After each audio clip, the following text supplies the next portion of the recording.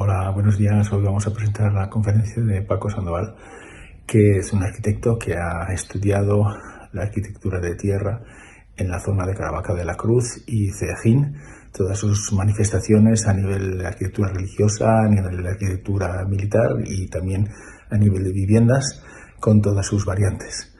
Os dejamos con él, que lo disfrutéis. En primer lugar, quiero agradecer a la Cátedra UNESCO y en particular a Fernando Vegas y Camila Mileto por ofrecerme la oportunidad de dar esta conferencia que tiene por título Estudio de la arquitectura de tierra en la comarca del noroeste de la región de Murcia, el caso de Caravaca de la Cruz y Cejín. Este estudio tiene como antecedentes diversos proyectos de investigación que inciden en la arquitectura de tierra en la península ibérica, en sus diferentes formas y variantes, y se justifica en la oportunidad de analizar este tipo de arquitectura donde aún no ha sido analizada. Los objetivos del trabajo son realizar un exhaustivo estudio de manera global de la arquitectura de tierra en ambos municipios, clasificarla en tres tipologías: defensiva, eclesiástica y residencial, atendiendo a los parámetros en común. Este trabajo no tiene vocación de catálogo, sino que se escogen los casos más representativos de cada tipología. Se realiza un análisis constructivo definiendo variantes, materiales y puesta en obra, y se establecen unos estándares y parámetros de habitabilidad en la tipología residencial. Se parte del concepto de cronotipología, asociando a cada tipo un marco temporal. Se han consultado fuentes documentales y bibliografía de lo general a lo particular.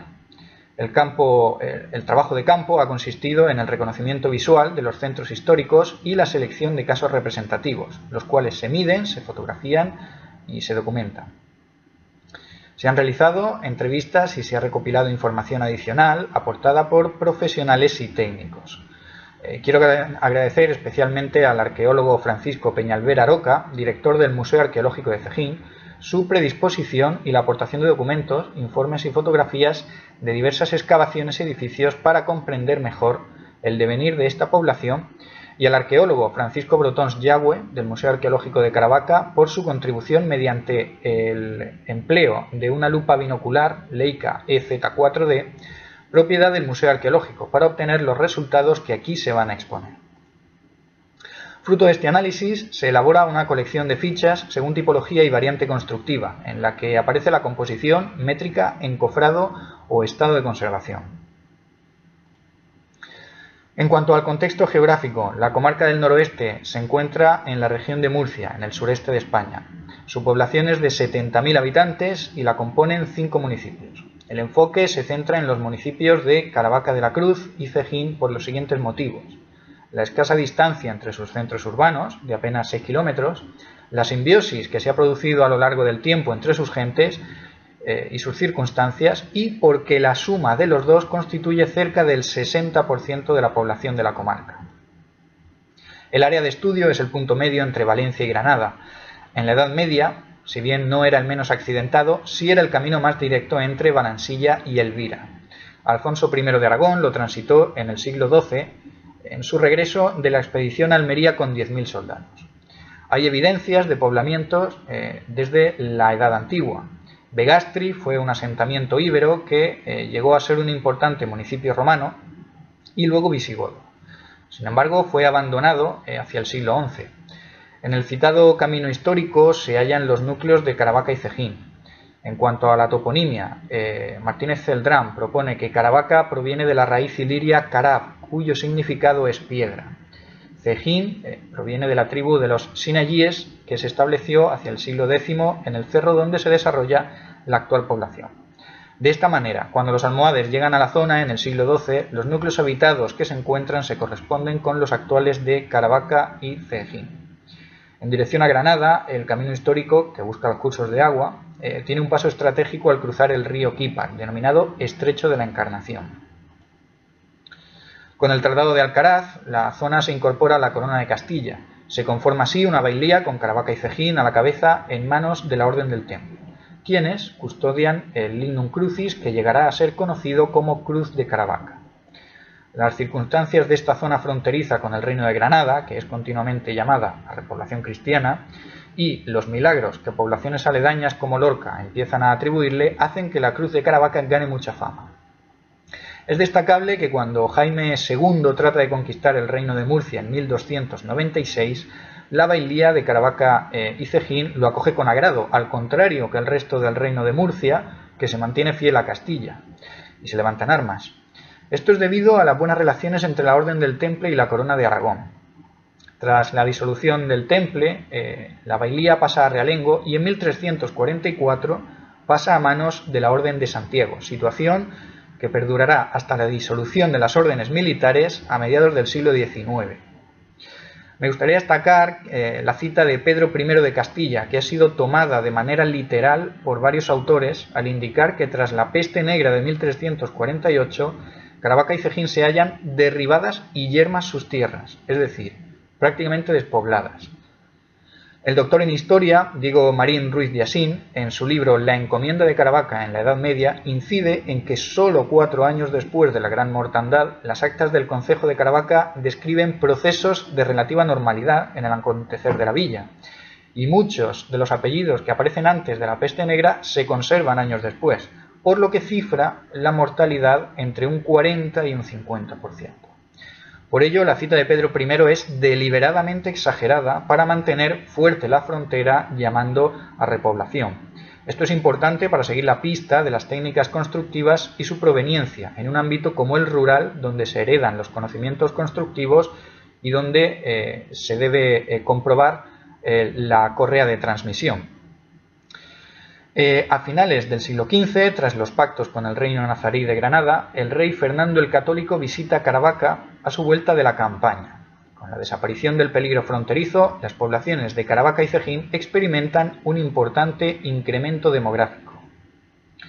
En el siglo XVI se levantan grandes obras auspiciadas por la Orden de Santiago, y en el siglo XVIII por la Iglesia o la burguesía, imágenes que podemos ver en la banda superior. Sin embargo, las ermitas, templos de cofradías y algunas órdenes religiosas emplean menos recursos en sus construcciones, que observamos en la banda inferior. Entre las primeras tenemos la iglesia del Salvador de Caravaca, de cantería, la iglesia de la Magdalena de Cejín, donde se emplea la calcarenita y el yeso, la portada de la Basílica de la Vera Cruz de Caravaca, con calizas que juegan con sus diferentes tonos, o la Casa Jaspe, actual ayuntamiento de Cejín, con su escalinata. En cuanto a la arquitectura de tierra, tenemos una ermita advocada a San Sebastián en cada población. La de Caravaca contiene frescos tardogóticos en la tapia y una hornacina con arco mixtilíneo que, según el doctor arquitecto Rafael Marín, remite al entorno de Pere Comte, destacado arquitecto valenciano. Iglesias con arcos diafragma y muros laterales de tierra, o templos con fachada de tapia calicostrada y verdugada de ladrillo.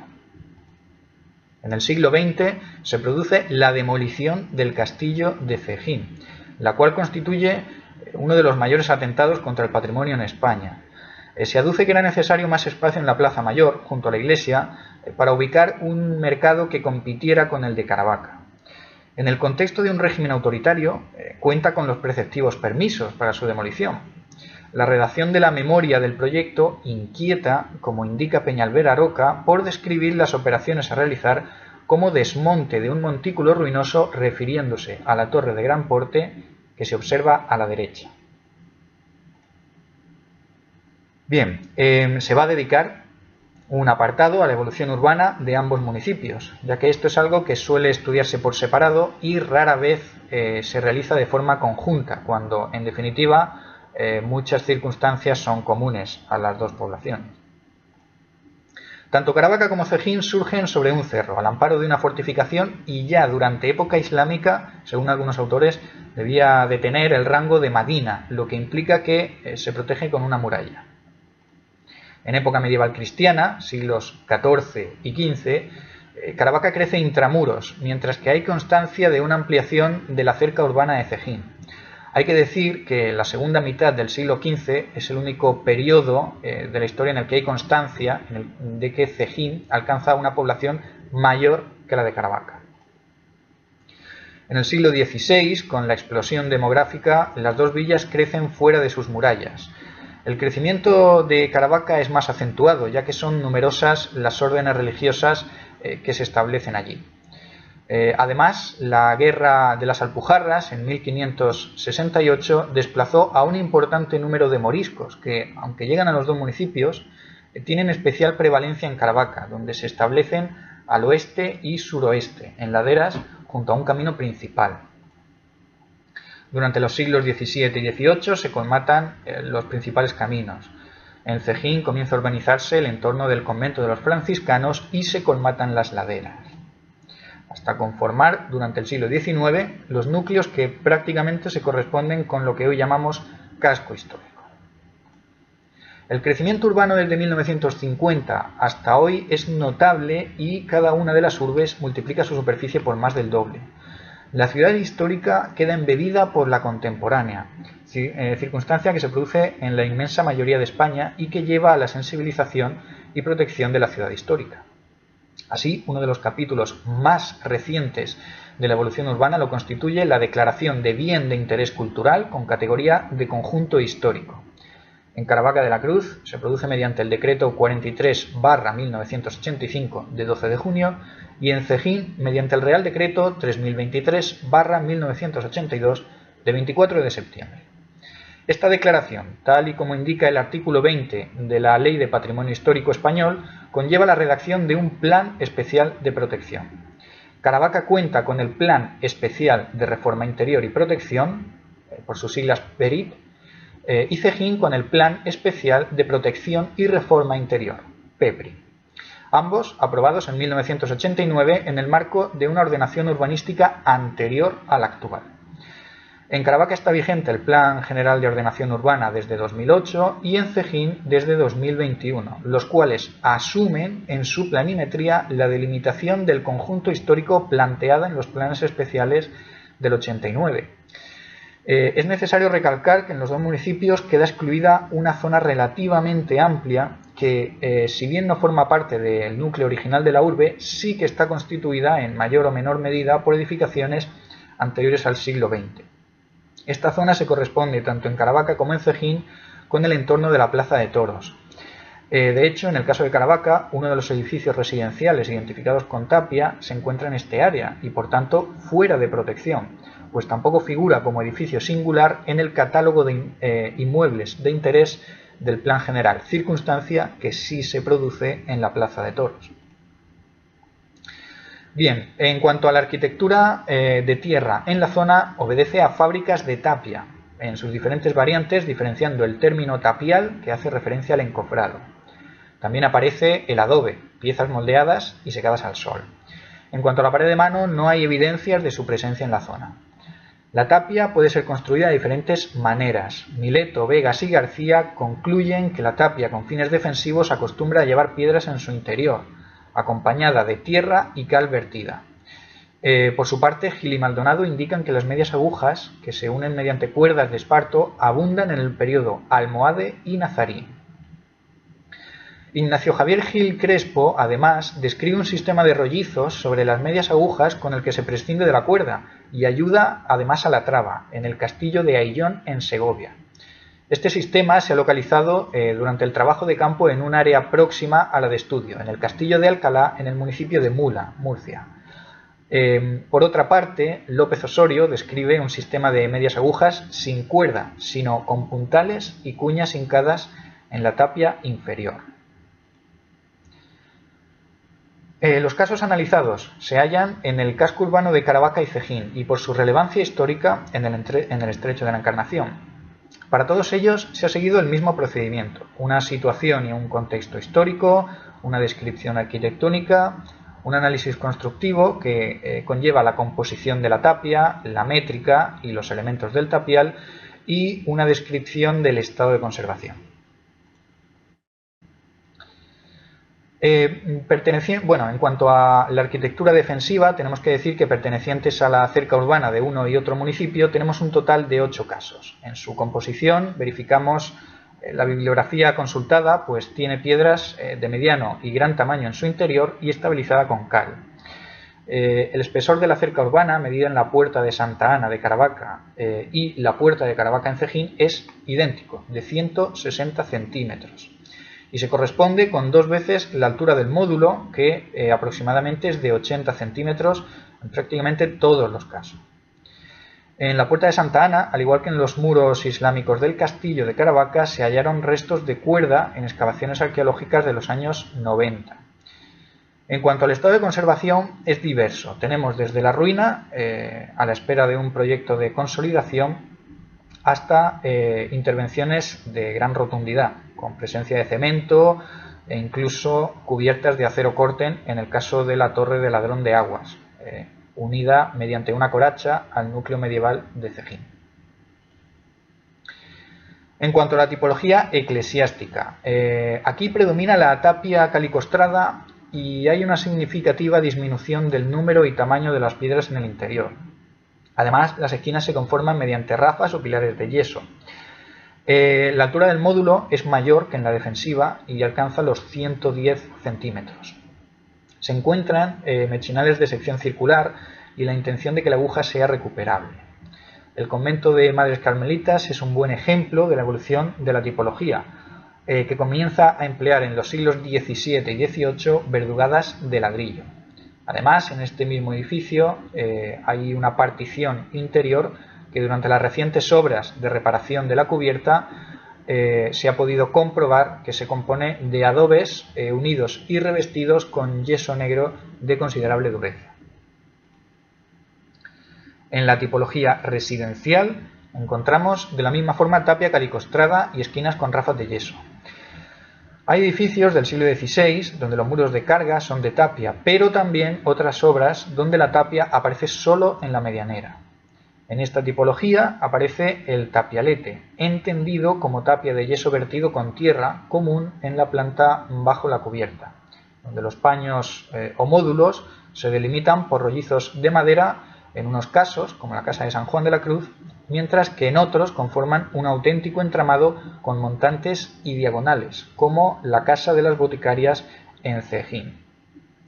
Las fotografías muestran uniones a media madera en la carrera superior y sugieren unión mediante caja y espiga en la inferior.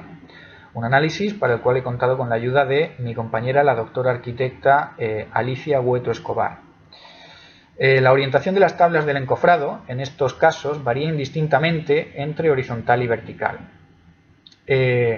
Además, se ha analizado una vivienda en Cejín donde aparece adobe en las medianeras. Se trata de una casa de turismo rural en la que se aplicó una resina en la superficie de los adobes. Bien, se detallan a continuación 3 casos singulares. El primero en el castillo de Caravaca, en el que se ha estudiado el acceso al recinto fortificado. El acceso actual al castillo se realiza a través de un arco carpanel abierto en 1616. En el año 2010 se halló durante el transcurso de unas obras la puerta original, un arco de medio punto en una torre de tapia forrada por el exterior de sillería de toba caliza. Solo se conserva el acceso interior porque la torre fue recortada por el exterior para ensanchar la cuesta de acceso. La exposición Magna Urbe, una historia del arte en Caravaca, comisariada por Ignacio Ruiz, contiene un cuadro recientemente restaurado y que permanecía inédito, fechado en 1684 y de autor anónimo, que muestra la vista más antigua del castillo de la que se tiene constancia. Bien, yo quisiera apuntar algo más. Es la única imagen del castillo en la que conviven las 2 puertas, la original y el acceso actual. La puerta que señalo en amarillo es el acceso primigenio, aquel que cruzó Fernando el Católico en 1488. Esto descarta una posible puerta en codo tan comunes en fortificaciones medievales. Aquí posiblemente el propio sendero que discurría paralelo a la muralla y que originalmente estaba junto a una orografía accidentada ya ejercería de recodo. Como se observa, el acceso abierto en 1616 también aparece en el cuadro, aunque por estar retranqueado queda en sombra y no es tan fácil de percibir en el lienzo. En cuanto a la construcción de la torre de la puerta, realizada con tapia, en la imagen resaltada aparecen 2 mechinales, uno de ellos con restos de madera. En el otro lo que se hizo fue introducir una varilla pudiendo corroborar la profundidad del mechinal en 34 centímetros. Se midió el conjunto, se levantó una planimetría teniendo en cuenta el forrado de toba caliza por el exterior y con todo ello se pudo estimar el espesor de la tapia entre 90 y 140 centímetros. En consecuencia, podemos decir que se emplearon medias agujas para su construcción. En uno de los muros de tapia islámica del castillo se hallaron restos de cuerda durante las excavaciones arqueológicas de los años 90. Bajo la lupa binocular del Museo Arqueológico, como se ha mencionado antes, queda caracterizado este elemento de sujeción entre las medias agujas, como vemos en la imagen inferior derecha. Otro caso lo constituye la torre del homenaje del castillo de Caravaca, llamada Torre Chacona. Se realizó esta infografía en la que se indican las diferentes intervenciones que ha tenido la torre. Resulta llamativo encontrar bibliografía que denomina cimentación a la rezarpa que se observa en la imagen, ya que no resulta adecuado llamarla por un término de cuya función carece. Este triple escalonamiento es una intervención de 2002 que pretende restituir el plano de asiento de la torre. Se trata de un plano para conseguir una referencia horizontal en el escarpado terreno rocoso y que no tiene continuidad en la esquina, porque se ve interrumpido por una sillería añadida en el siglo XVIII. Otro caso singular lo constituye la iglesia de la Purísima Concepción. Gracias a las fotos durante la obra, que se llevó a cabo hace 15 años, facilitadas por el profesor de la Universidad Politécnica de Cartagena, Pedro Enrique Collado, se puede apreciar que el hospital que se edificó contiguo al templo y que fue demolido se construyó en la misma fase que el coro del templo. A esta conclusión se llega tras observar que la junta entre cajones está demasiado próxima al edificio moderno. En el momento del derribo se tuvo que cercenar la tapia que daba continuidad a la iglesia. Bien, vamos a dedicar un apartado al comportamiento estructural. Para estudiar el comportamiento estructural se han realizado las siguientes comparaciones. Una tapia del siglo XVI, como el primer pabellón del convento de Madres Carmelitas, se caracteriza por muros de gran espesor, forjados de viguetas que apoyan en jácenas con ménsulas, un sistema heredado del medievo, que suponen cargas concentradas y con interejes de unos 3 metros a lo largo del muro. Por otra parte, una tapia, como la ampliación de los pabellones del mismo convento en el siglo XVIII, donde solo hay un orden, es decir, desaparecen las jácenas y las viguetas apoyan directamente en el muro, con interejes de 40 centímetros. Y por último, muros de mampostería presentes en viviendas del siglo XVIII al XX, donde el espesor del muro se reduce considerablemente ya que se confía en la capacidad portante de los mampuestos. Sin embargo, en muchos casos la traba no está cuidada y los morteros que se emplean son pobres en aglomerante. Documentos como el PIEL 70 del Instituto Eduardo Torroja penalizan la resistencia de la fábrica de mampostería debido a un mortero débil, llegando a considerarse, incluso en algunos casos, inferior a la tapia. Los problemas, de todas formas, que pueden aparecer no son de resistencia, sino de estabilidad. Las viguetas, en este caso, se apoyan en un muro que ha sido adelgazado con tal longitud de entrega e intereje entre viguetas que coartan la continuidad del muro, contraviniendo así el principio de pilar fuerte, viga débil. Como consecuencia, pues lesiones y mecanismos que no tienen su origen en los muros los acaban afectando de manera que pueden llegar a provocar su colapso. En la imagen de la izquierda vemos una vivienda con estas características en Caravaca de la Cruz que colapsó en febrero de 2020. A la derecha, una vivienda en Cejín que colapsó en junio de 2023 tras unas fuertes lluvias. Estas lluvias habían afectado a la viga de cubierta, que cedió sobre el forjado y este a su vez transmitió el mecanismo de colapso a los muros. El resultado, pues una cesión hacia el exterior con el peligro que conlleva, encontrando en la calle tanto restos de muro como de forjado. Bien, pasamos al capítulo de habitabilidad. En cuanto a la habitabilidad, primero se analizan los estándares actuales presentes en el Código Técnico de la Edificación y sobre todo en normativas de comunidades autónomas y ayuntamientos. y luego se proponen unos parámetros basados en las características de una vivienda tradicional tipo. En este caso se propone la planimetría de la casa donde según la tradición vivió San Juan de la Cruz y los aspectos bioclimáticos de su construcción, como son orientación, emplazamiento, composición o espesor del muro. Además, también se han estudiado los acabados respecto a la radiación solar y el volumen de aire respecto a la ventilación. Bien, en cuanto a los objetivos de desarrollo sostenible, la arquitectura de tierra tiene relación en grado alto con al menos 4 de ellos. El objetivo de desarrollo sostenible 9, industria, innovación e infraestructuras, ya que la producción de la arquitectura de tierra en la actualidad supone una actualización de los estándares de construcción a una forma de construir que tiene siglos de historia, de tal manera que se asumen las lecciones del pasado para generar una nueva industria con materiales de construcción genuinos y sostenibles. Con el objetivo número 11, ciudades y comunidades sostenibles, ya que el trabajo incide en una forma de construir tradicional y sostenible en las dos ciudades analizadas, que implica a la comunidad como parte del proceso constructivo. También con el objetivo 12, producción y consumo responsables, ya que la construcción con tierra promueve una gestión responsable de los recursos y favorece un consumo adaptado a las necesidades reales mediante una producción bien controlada de materiales de proximidad. Y además, con el número 13, acción por el clima, ya que en la actualidad la producción de cemento es una de las actividades que mayor emisión de dióxido de carbono produce, uno de los principales gases responsables del cambio climático. La construcción tradicional con tierra hace uso de la cal y el yeso como aglomerantes y promueve su empleo en detrimento del cemento.